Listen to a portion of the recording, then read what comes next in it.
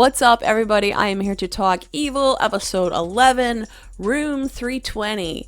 We learned a lot in this episode. Actually, it confused the crap out of me. It was like one big acid trip, honestly. It's hard to tell when they do an episode from the patient's point of view, and the patient is clearly on some type of drugs, and we don't really know what's real and what isn't real. So let's start at the beginning. The episode starts off with Ben and Kristen and the bishop in the hospital talking to the doctor. They want to know the status of David's condition after whatever happened. The bishop explains to Ben and Kristen that David was attacked. The nurse tells them to hold tight, that David is currently in surgery and that the doctor will give them an update as soon as they know more. The bishop wants to know who would have done this, who could have possibly attacked David. Ben and Kristen clearly don't think that this had to do with any type of random mugging, that somebody was definitely out to intentionally hurt David. This cop is apparently on the case, but according to Kristen, based on her past interactions with this cop, he's pretty much useless. So Kristen calls in her friend Mirren, who's seen in past episodes is also an officer, and is hoping that she can help her look into this case. Kristen informs Mirren that David does have a few enemies, including Leland Towson, who works for the DA and could be possibly responsible for this. So Miriam notices on the EMT interview, someone has written the victim was heard saying Ghana over and over again as he was brought in. So 6 months ago, there was a coder named Ghana who tried to kill himself. For some reason, his roommate thought that he was possessed. When Kristen asked Ben if this was a possession case, Ben tells Kristen David thought it was, and Judy, well, who the hell is Judy? Judy was Kristen. Kristen is Judy. They played the same role. Excuse me? There was a psychologist on the team before I came along? I thought I was the first one. Damn. And then we're taken to a scene of some very heavy breathing and some blurry imagery. We see David in his hospital bed. He appears to be in retching, horrible pain. Who the heck is this guy? Where did this priest come from? He introduces himself as Father Douglas. Now he leaves his rosary for David. Something's very off about this. I don't know if it's because it's from David's point of view and his vision is very blurred. Father Douglas says he'll be checking in on him every day and to turn the cross upside down anytime he needs him. And then he says he has to go check on an old friend. So from David's point of view, we see a very blurry picture of Harlan, who is David's roommate in the hospital. So Harlan doesn't have any legs. And I don't know if he has legs or not, but in this vision, he doesn't have any legs. So then we're taken to another scene, and Harlan is waking up in the middle of the night screaming. When David goes to press a button to call the nurse, Harlan says, "Do not call her, it's her shift. I'll stop screaming." So who is her? Well, we're about to find out. The one with the squeaky shoes. Oh boy. Squeaky shoes is also known as Nurse Plague. Now Harlan tells David they need to stick together because this nurse is bad news, and a lot of black patients die in hospitals because of accident. Harlan claims nurses like Plague like to collect their hospital wristbands for trophies after they torture and kill them. And we hear the squeaky shoes get closer and closer. It's like the sketchiest of sketchers coming closer and closer. And we see her feet. This is Nurse Linda. Yeah, so she has to turn David over to the side. As you can tell, David is not enjoying it, but, well, she's smiling, so that's not good. Oh no, Sketchy Squeakers has needles. She tells him to count down from 5, and then it looks like we see the inside of the vial. And then we get a very close-up, as close as you can possibly get on David's eyeball. His eyes closed, we hear some high-pitched tone. Oh god, now she has blood on her shoes. So she asks for his pain level on a scale of 1 to 10. He tells her 9. Good thing he's not German, because she would have thought he was saying no. 9, get it? 9? So she gives him this gel ball to exercise his hand. Meanwhile, Harlan says that she wrote a 2 on his pain level board. So Harlan tries to tell David that she does this all the time so that she can control their pain levels. So she hears Harlan and asks him what he was talking about. So then she says maybe you can help David by not telling him stories. Once again, she asks David what his pain level is. So she puts something in his IVs and tells him to count back from 5. And then, what is this? Oh, this does not look good. Yeah, she completely knocked him out. And he drops his ball, and the ball goes bouncing. Now, this is where it starts to get really weird. Now, who catches it? Oh, look, Grace caught the ball. Grace, the prophet. Remember the prophet that got deported? David asks Grace if he has a reason to be afraid there. She tells him anyone with God doesn't need to be afraid. She also tells him he has to remember Matthew 13. And look, we see the triangle. Now, this isn't the first time that we've seen this triangle. We've seen this triangle in past episodes. David has had these visions with this triangle. So she tells him to look up Matthew 13, verse 25. So then she has to go, and she says someone's coming, and this thing appears behind her. What the heck is this?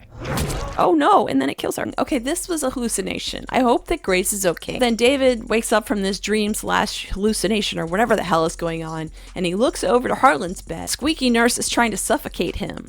This is happening at the same time, and it's not by coincidence. It's to symbolize something. Well, it's happening at the same time that Harlan was being smothered. David is trying to stop it and prevent it. He's trying to scream, but he's obviously very weak, and nothing's really coming out. And we see it looks like the nurse is cutting off his hospital wristband to claim it as one of her trophies. Oh, and what's this? This is the Martian probe emerging. And it looks like this squeaky racist bitch killed Harlan. What the... All right, cut to the next scene. We have Ben. Oh, someone's got a Ring camera on their doorbell. This is kind of weird. Judy buzzes them in. So he asks her to come out, and then you hear this beeping, and it sounds like some type of alarm system is being opened up for her to come out of her door. So in addition to the alarm system on the doorbell, there's another alarm system on her door. So this is Judy James. She doesn't seem very friendly because it's pretty obvious that Ben and Judy are not too thrilled about seeing each other. I don't know what happened there and why she doesn't work for them anymore. So Judy hasn't had any contact with Ghana. She recommended he get some professional help. Her and Kristen go back and forth a little bit about some different psychosis that he could have. But then suddenly Judy is all in and wants to go with them and help them retrace the steps of the Ghana investigation. I apologize right now if it sounds like I have a cough drop in my mouth. It's because I do. I'm still getting over this thing, whatever it is. So cut back to the hospital, and David and Harlan are there, and Harlan, it seems, alive and perfectly fine. He's reading the newspaper. Oh, and he has legs too. So we have no idea what we watched before. We don't know what's real and what isn't real. And then the camera like zooms into this piece of an article that Harlan is reading, and it says right here, take control of your future. But I also want to take a look at what else it says in this article. Something about black men who have been jailed and or lynched, often on trumped up charges of rape in order to incite a white mob. So David asks Harlan, how do I get control of my pain medication? Harlan tells him to get the oral medication because the IV drip is not doing anything for him. Who knows what they're putting in there? And the only way to know if he is actually being controlled or not is to follow the yellow brick road. Where the hell did the Wizard of Oz come from? And Dorothy and her house and Toto. So Harlan advises David to pull out his IV. So David pulls his IV out. Harlan kind of panics and pretends to go to sleep.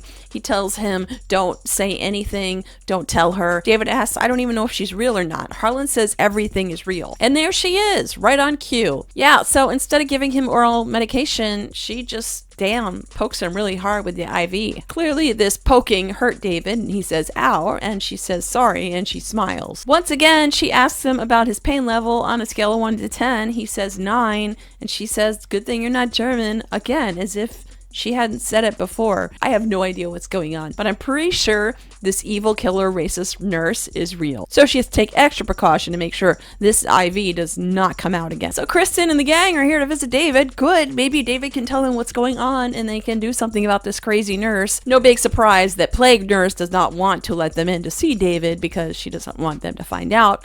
But thanks to Miriam flashing her badge, they are going to get access. So then she actually says, let's work on your pain level. David says, I'm fine. And then she injects this into his IV bag. Yep, it's making him loopy. This is exactly what Harlan said she would do. Mira shows David a video of Ghana. So he tries to say, yes, that's Ghana. He attacked me. Something's wrong with him. But instead, the only thing that comes out is this. Kristen tells David they're on the trail for Ghana and they're going to try and get him. But once again, nothing comes out of his mouth. Like what he's saying in his head isn't what happens. And that's what happens instead.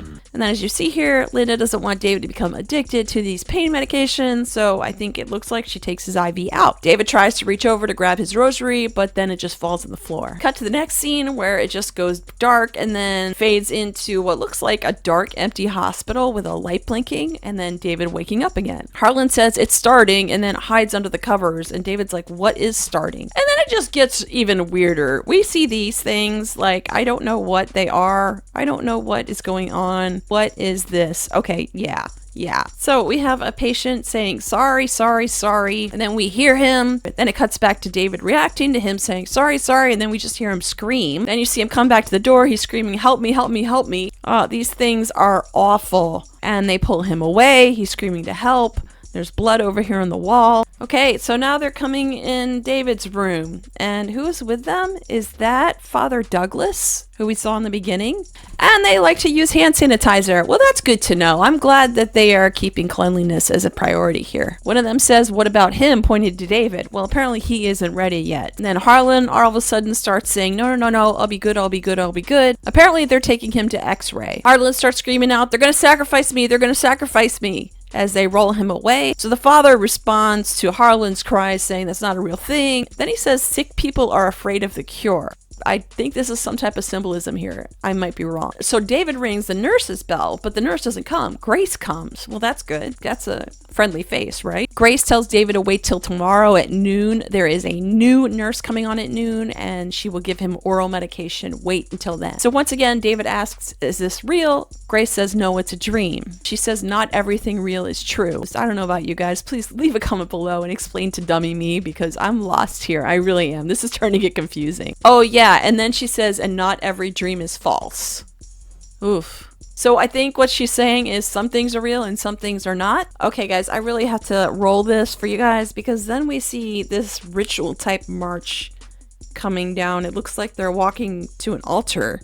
What the hell is even happening now? And they're screaming, there's torture. This is like a haunted house. Once again, Grace says that he has to remember Matthew 13. Meanwhile, Judy, Kristen, and Ben track down Ghana's old roommate, Chris. Now, according to Chris, Ghana had started using drugs, particularly bath salts, which made him crazy and violent. And he did that to Chris. Well, that doesn't look nice. And then we learned that Ghana stole Chris's game idea. He had this game idea for a VR game about demonic baby doll girls that Ghana stole. Sound familiar? Yes, it does. It sounds like the game that Kristen's girls have been playing. Then we learned that Ghana's avatar was Rose something. And there's Ghana. Well, there's your answer, folks. I'm glad it wasn't Leland, but boy, a knife-wielding, hopped-up drug addict on bath salts doesn't sound like a good idea either. So we're taken back to David waking up in bed. It appears to be the next morning, everything's calm, and the bed next to him appears to be empty now. And look, there is a message, "Sorry to miss you last night," from Father Douglas. So David finally looks up the scripture of Matthew. But while everyone was sleeping, his enemy came and sowed weeds among the wheat, and then went away. David remembers that he has to remember that, but he doesn't think he's going to remember that, so he rips out the page, and he crumples it up into a little note and puts it under his mattress. And then he notices it's 12 o'clock, which means, okay, good,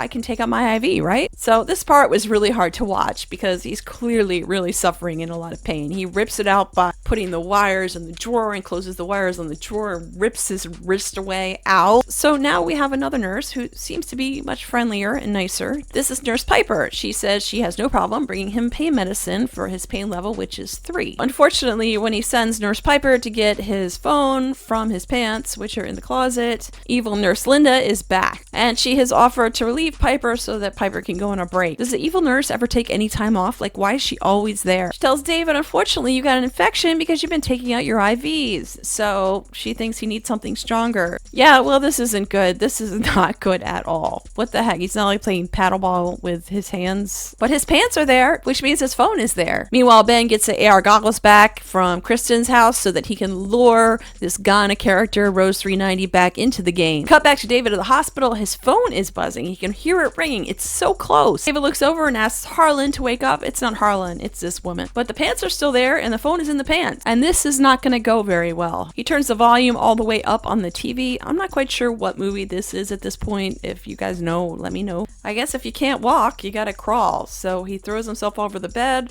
onto the ground. He lands on the pillows, but it's not very graceful. It's a pretty hard landing. He's obviously in a lot of pain. Another patient out in the hallway notices that he has fallen and alerts the nurse station. And as he's crawling across the floor to get to his phone, he's leaving a trail of blood. He finally gets to his phone, and I'm surprised he was actually even able to open it and put his code in at this point. So he manages to call Kristen, and she answers and asks if he's okay, and he says, help. And then, of course, we have the death nurse behind him, and she turns the phone off. She's not even trying or pretending that she is good at all anymore. And she puts it in her pocket. She like takes his phone away from him. So Kristen did get his call, and she did get what sounded like his voice saying help. So she goes to the hospital to check out what's going on. Meanwhile, Ben made some headway with Rose 390 here. We see reappearing. Ben convinces Rose 390 to share her space with him. Kristen arrives at the hospital, demanding to see David. Of course, the nurses are trying to head her off right here because it's not visiting hours. Thankfully, Kristen pushes right past them. She says she wants to see him, and she goes into his room where she sees the blood stain on the ground. David hands Kristen a small piece of paper, which appears to be a note. We don't really see what's on it till later. Linda follows Kristen all the way to the elevator and confronts her, saying she took a note from her patient and she demands to see it. Kristen tells her David didn't have to tell her anything. As you see, it's just gibberish on the note. Her following her obviously told her everything. Kristen calls Kurt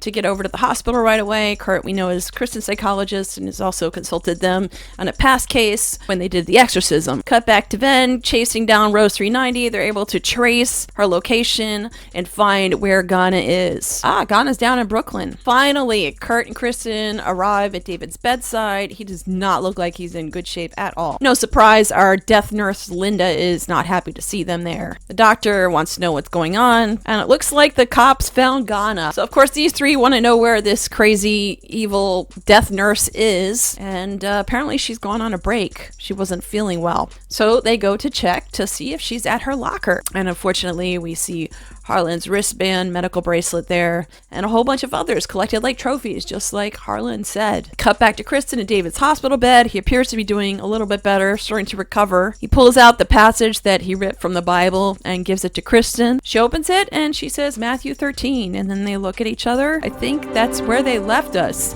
I'm not too crazy about the ending here. There's a lot of layers here, and it's extremely disturbing. This is one of the most disturbing episodes, I would have to say, of the season. Once again, that passage from the Bible, but while everyone was sleeping, his enemy came and sowed seeds among wheat and went away.